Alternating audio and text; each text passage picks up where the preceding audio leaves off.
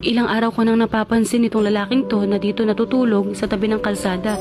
Nang lapitan ko siya at tanungin kung bakit doon siya natutulog. Naghahanap pala siya ng trabaho para may maipambili na school supplies para sa anak niya. Wala rin daw siyang kapera-pera para pangkain niya at kilala dito sa lugar na ito. Kaya naman dito siya nakakatulog.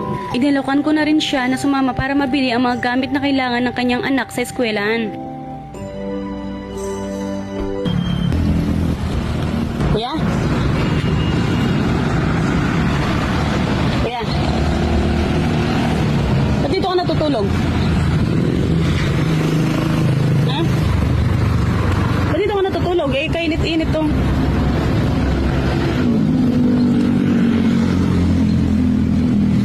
Wala ka bang matulugan ng maayos? Mainit dito, oh. Ha? Wala kang matulugan? Taga saan ka? Sa kanto, kabintalan po. Eh, bakit natutulog ka dito?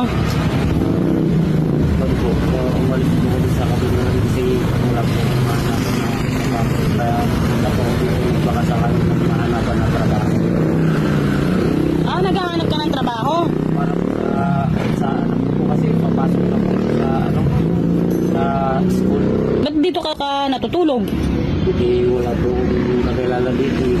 Kailan ka pa rito? Ano po, pangatlong araw na po. Pangatlong araw ka na dito?